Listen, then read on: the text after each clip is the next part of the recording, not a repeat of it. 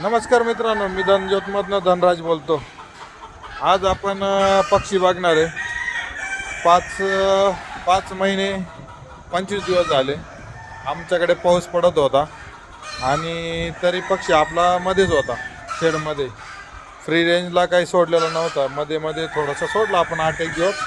परत पाऊस चालू झाला. आता परत आपल्याकडे आज पावसाचं क्लायमेट तयार झालं. 2-3 दिवस पाऊस सांगितलेला आहे. कालपासून पक्षी आपला मध्येच आहे. तर आपण 5 महिने कसं नियोजन केलं, कशी निगा ठेवली, त्यामुळे पक्षाला CRD आला नाही आपल्याकडे, जास्त काही त्रास झाला नाही. तो का झाला नाही, काय मॅनेजमेंट केलं, त्याच्यावर मी आज तुम्हाला चर्चा करतोय. तर 5 महिने पक्षी मध्येच होता. 5 महिने 25 दिवस शेडमध्ये कंटिन्यू 24 तास शेडमध्ये पक्षी. पण आपल्या माणसांनी जी मेहनत घेतली, आपण पण जी काळजी केली, त्याचं फळ आज तुम्हाला प्रत्यक्ष दाखवतो. पक्षी एकदम ॲक्टिव्ह आहे. आपल्याकडे CRDचा प्रॉब्लेम झाला नाही. आपल्याकडे कुठल्याच प्रकारच्या रोगाने दस्तक दिली नाही आणि फार्ममध्ये प्रॉब्लेम झाला नाही. तर त्याचं आज मी तुम्हाला रहस्य सांगतो की काय केलं आपण, कशामुळे झालं. तर ते नियोजन करणं खूप गरजेचं आहे. तर बघा, मी एक सांगतो. व्हिडिओ बघा पूर्ण. खूप चांगली व्हिडिओ बनवतो आहे आपण आणि खूप कामाची आहे. जो आमचा अनुभव आहे तो आम्ही तुम्हाला सांगतो आहे. तर व्हिडिओला लाईक करा, सबस्क्राईब करा आणि मग अशात तुम्हाला एक गोष्ट आपली जे 5 महिन्यात 8 महिन्यात आपण जे अनुभवलं आहे, जे शिकलो आहे, ते तुम्हाला मी दाखवणार आहे, शिकवणार आहे मित्रांनो. तर रोज एक व्हिडिओ टाकणार. तर बघा आणि मी दाखवतो आता आपण कसं मॅनेजमेंट केलं. तर हे खाली बघा, खूप क्लीन आहे मित्रांनो. हे पाऊस जेव्हा चालू होता तेव्हा हे कंटिन्यू ओललं राहायचं. पण आम्ही जी विष्ठा आहे कोंबडीची, जी खाली कोब्याला लागली, ती खुरप्यानी खरडून आणि बाहेर काढायचं. असे आम्ही 3-4 व्यक्ती कामाला कंटिन्यू त्याच्यावर लक्ष दिलं. खूप निगा ठेवली, खूप क्लिनिंग ठेवली. तर आपण शेड असं क्लिनिंग जर ठेवलं तर तुमच्याकडे CRD वगैरे येणार नाही, त्या गोष्टी होणार नाही. आता तुमच्या थोडं डोक्यात आलं असेल की तूस का नाही टाकला यांनी. तर तूस न टाकण्याचं कारण हे, तूस हा जो पक्षी रोज बाहेर जातो आणि तो फक्त संध्याकाळीच बसायला येतो शेडमध्ये, तर त्या शेडमध्ये तूच चालतो. पण आपल्याकडे ती गोष्ट नाही झाली, कारण 24 तास शेडमध्ये पक्षी राहिला आणि 24 तास जर शेडमध्ये पक्षी राहिला तर तो 24 तासामध्ये 50% तूस आणि 50% विष्ठा होणार. तर ती गोष्ट आपल्याकडून पॉसिबल नव्हती. तर आम्हाला क्लिनिंगच करण्याचं योग्य वाटलं का आपण रोज क्लीन केलेलं शेड ते चालेल. आणि असे ड्रिंकर वगैरे पाण्याने भरून ठेवलेलं असतं बघा. आम्ही डब्यांचं पण आहे ना नियोजन कसं केलेलं आहे बघा. हे असे भिंतीला डबे लावलेले अंडे देण्यासाठी.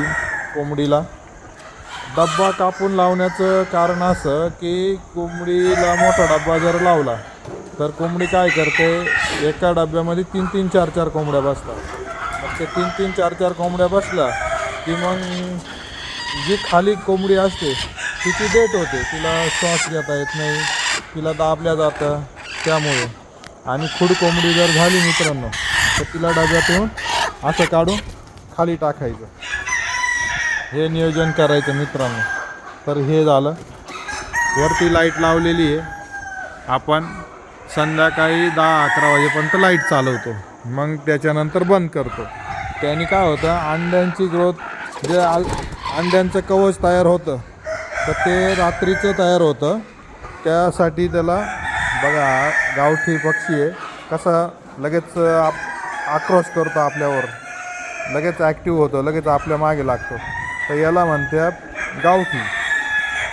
हे गावठीचे लक्षण आहे. हा गावठी पक्षी असा ॲक्टिव्ह असतो, वरती बसतो बघा. तर त्यासाठी लाईटची गरज असते मित्रांनो.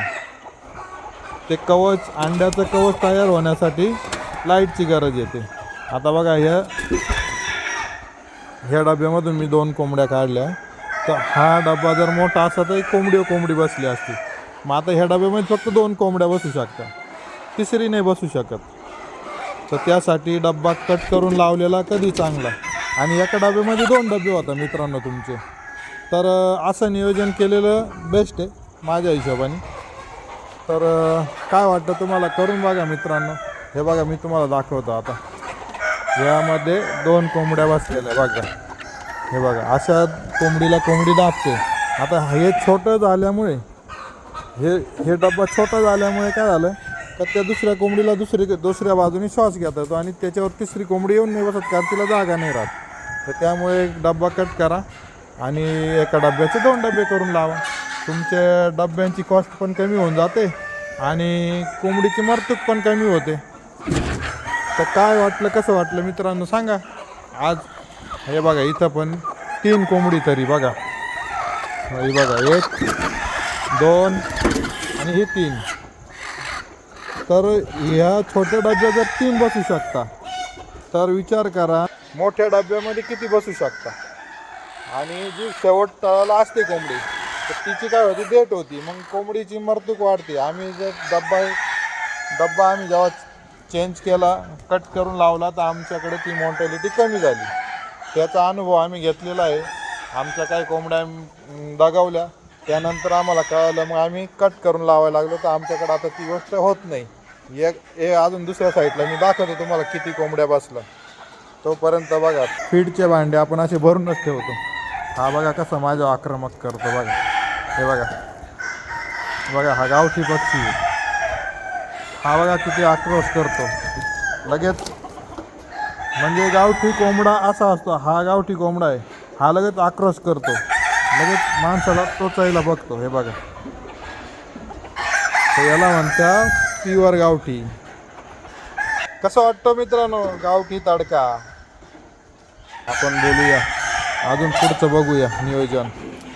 हा उलट्या पखाचा कोंबडा किती सुंदर आहे मित्रांनो. बघा छान दिसतात, मस्त सुंदर. हे बघा मित्रांनो एका डब्यात किती कोंबड्या बसतात बघा. हे बघा 1 2 3. म्हणजे अशा कोंबड्या बसू शकतात डब्यामध्ये. तेच जर आपण मोठा डब्बा लावला तर त्या डब्यामध्ये 3-3 4-4 बसतात बघा. कट करून लावल्यावर पण मित्रांनो 3-3 4-4 कोंबड्या बसलेल्या बघा. 4 कोंबड्या बसलेल्या आहेत तरी पण. त्यामुळे डब्बा कट करून लावा, खूप चांगलं आहे. कट करून लावलेला डब्बा कधी पण चांगला असतो. आणि अजून एक सांगायचं मित्रांनो, जर शेडमध्ये तुम्ही पाण्याचे आणि खाद्याचे भांडे लावत असाल तर एक साईडला खाद्याचे भांडे लावे. आपण एकच साईडला खाद्याचे भांडे लावलेले. जिकडनं बसायची जागा आहे तिकडनं खाद्याचे भांडे आणि जिकडनं एंट्री करतो तिकडनं पाण्याचे भांडे. तर असे वेगवेगळ्या सेक्शनमध्ये खाद्याचे भांडे लावत जा. म्हणजे काय होतं, पाण्याच्या भांड्यांचं आणि खाद्याच्या भांड्यांचं वेगळं होतं. खाद्याच्या भांड्यापाशी जर पाण्याचं भांडं आपण लावलं तर काय होतं, ती त्याच्या आजूबाजूची जागा ओली होती. मग फीड जेव्हा ते पडतं तर ते ओल्यामध्ये जातं. मग तिला बुरशी तयार होती.